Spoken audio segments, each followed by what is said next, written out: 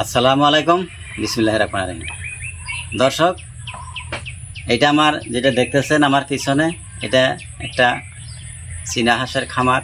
চীনা হাঁসের খামার বলতে এখানে বিভিন্ন ধরনের বস্তু রাখার জন্য আশা করছি আল্লাহর কাছে, যেমন ছাগল, চীনা হাঁস, হয়তো লোকাল মুরগি, কবুতর, কিন্তু সবগুলো আনা হয় নাই, আপনার করে দেখাইতে পারবো না, যার জন্য চীনা হাঁস কটা দেখাবো, আপনারা সাথে থাকেন।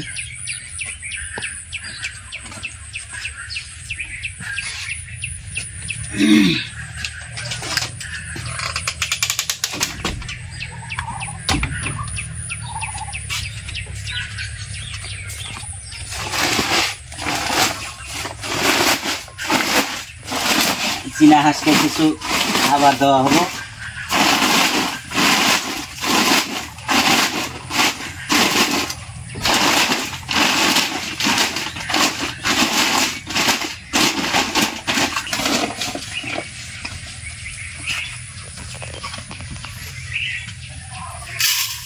এগুলো হচ্ছে গডরেজ কোম্পানির দানা।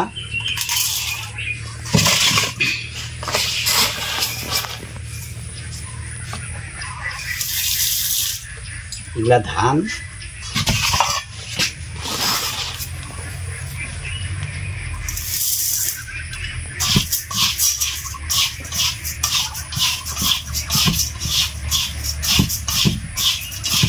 হাঁস পাললে আপনারা কখনো হালকা খাবার দিবেন না। এই কথাটা কি জন্য বললাম, কোনো মানুষ কিন্তু হাঁস, যে কোনো জাতের হাঁস হোক, ফ্রিতে পালতে চায়, কিন্তু ফ্রিতে কোনো কিছুই পালা সম্ভব না। হ্যাঁ, ফ্রিতে পালতে পারবেন। যেমন আমাদের এই চীনা হাঁসগুলো দেখাইতেছি, আগে দেখাই, তারপরে দুই চার কথা বলি।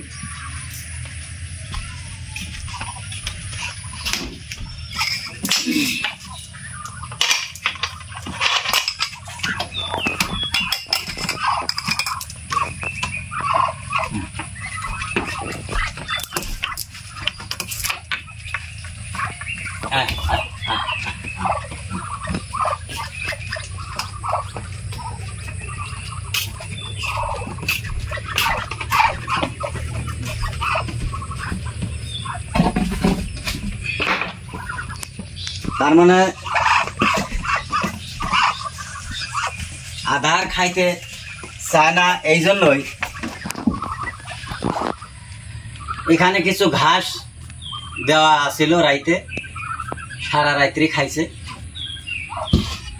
যার জন্য ওই যে আপনার দানা, ধান, চাউল, যাবতীয় খাওয়াগুলো মিক্স করে নিচ্ছি। দেখেন এখন খাইতেই চায় না, তার মানে সারা রাত এগুলা টোকাই এই যে ধানগুলা খাইছে, এগুলা ইরিদ ধান ক্ষেতের জমিনে ইরিদের ধান কাটার পরে এগুলা পুষে আবার ঘাস হয়েছিল। তো কথা হয়েছে যে কিছু মানুষ আছে যে ভাত খাইলেন, মাছ বা মাংস দিয়া ভাত খাইলেন, খাওয়ার পর হয়তো কিছু ভাত বেশি হইল, এই হাঁসের খাবার বর্তনে ঢাইলা দেন। এই কাজটা ভুলেও করবেন না। এগুলো আপনার ভাত বেশি হয়েছে, ডিগিতে ফালাইয়া দিবেন বা যা করবেন, অন্য কিছু করবেন, কিন্তু হাঁসকে এই ধরনের ফালানি ছড়ানি খাওয়াবেন না। যেমন দেখলেন আমরা এই যে লাইন বাই লাইন করে হাঁসের জন্য দানা, ধান, চাউল, ব্রয়লার ফিড, এই ধরনের খাওয়া জোগাড় করে রাখছি। তো কথা হইলো যে এই কয়েকটাই হাঁস আগে আনছিলাম, সে মারা গেছে, অনেক কয়েকবারই আনছিলাম নাই। তো আমার ঘরে এই কম হাঁসের থেকেই শিখা লাগবো। আপনারাও যদি হাঁস পালন করতে চান, এই ধরনেরই পালবেন, বেশি হাঁস না এনে। তো কথা হয়েছে যে এই কয়েকটা হাঁস, তো হাঁস কয়টার কিন্তু 12টা ছিল, 12টার ভিতরে কিন্তু 2টার হঠাৎ করে একদিন গরম পানিতে ছাইড়া দিছিলাম, এটা যে খোলা ছিল ওই রুমের মধ্যে ছাগল আছিল, ছাগলের দরজাটা খুলে দিয়েছে, এটা দরজাটা খোলা ছিল, বাড়ায় গরম পানিতে গেছিল, যার জন্য কিন্তু 2টা হাঁস কিন্তু বেমারে আক্রান্ত হয়েছিল। আপনার ঘরে দেখাইতেছি।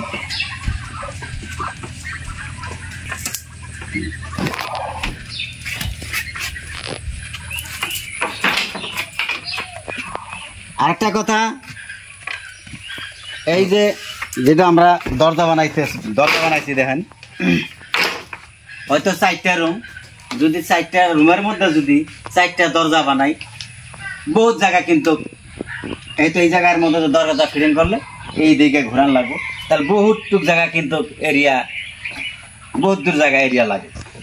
যার জন্য নতুন জাল কাইটাই না, নতুন জাল কিনাই না, কাইটা এরকম 4টা নিচে জালের কাঠি দিয়া এরকম করে বানাইছি, তোলা করলো স্প্রিংয়ের মতন, হ্যাঁ, উপরে উঠে আবার ছেড়ে দিলে নিচে যা থাকে, এটা বার হইতে পারে না। এটা সেম করে বানাইছি, এই যে দেখেন নিচে জালের কাঠি দিছি, এটা একদম অটোমেটিক, বুঝছি, ভিতরে দিকে কোনো মাল বাইরেও বাইরাতে পারবো না।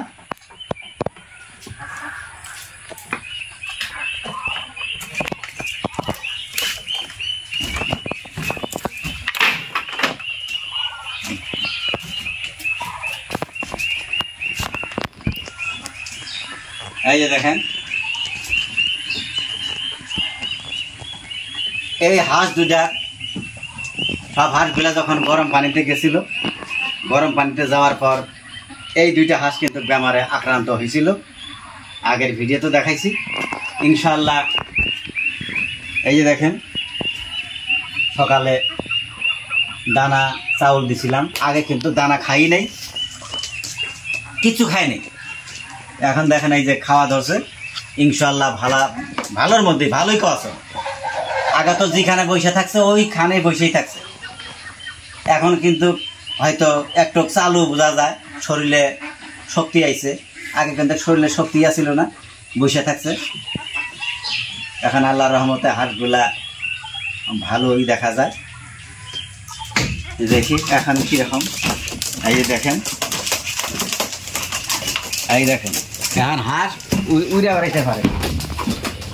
তো যাই হোক, অন্য মানুষের, অন্য অজানা মানুষের যদি হাঁসগুলো হইতো, হাঁসগুলো কিন্তু বেমারে যেভাবে আক্রান্ত হয়েছিল মারা গেত।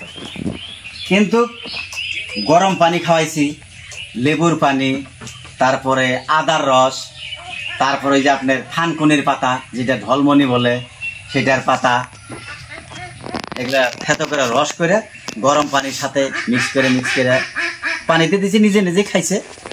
আর চীনা হাঁস তো বেশি করে আপনার আধারের চাইয়া পানি বেশি খায়, যার জন্য আধার এই ঔষধগুলা যাই দেন পানিতে মিক্স করে দেওয়া লাগে, পানির মধ্যে মিক্স করে দিলে ওই পানি খায়, ওই থেকে ইনশাল্লাহ যাই হোক বেমারটা আরোগ্য হয়। তো এই বলে কথা বলতে বলতে বহুত কিছু বললাম, তো এই কথায় ভুল ত্রুটি হইলে আপনারা ক্ষমার দৃষ্টিতে দেখবেন, কেননা আমি মোবাইলের সামনে, ক্যামেরার সামনে আও করার অভিজ্ঞতা নাই, যার জন্য ভুল হইতে পারে। তে